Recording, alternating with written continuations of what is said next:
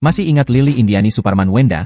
Lili Indiani Suparman merupakan anggota pasukan pengibar bendera, Paskibra, 2023. Ia merupakan pembawa baki nasional upacara HUT ke-78 RI di Istana Negara.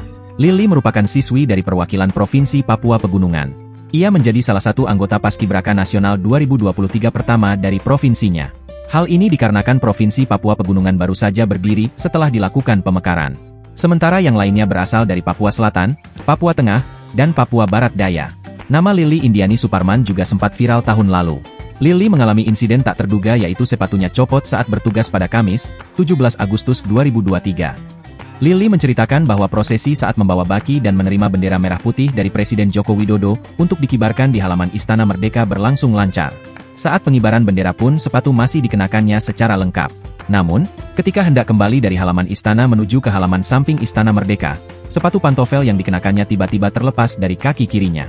Meski demikian, Lili tetap melanjutkan tugas sampai selesai.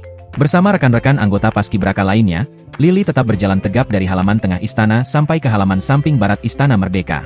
Remaja kelas 3 SMA Negeri 1 Wamena itu mengatakan, dirinya sudah diajari oleh pelatihnya soal bagaimana mengatasi situasi krisis yang tak terduga saat menjalankan tugas.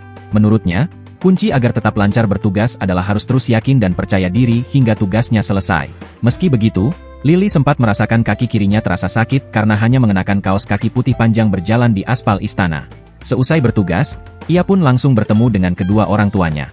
Ia mengatakan, menjadi paskibraka sebenarnya belum terpikirkan saat dirinya masih kecil.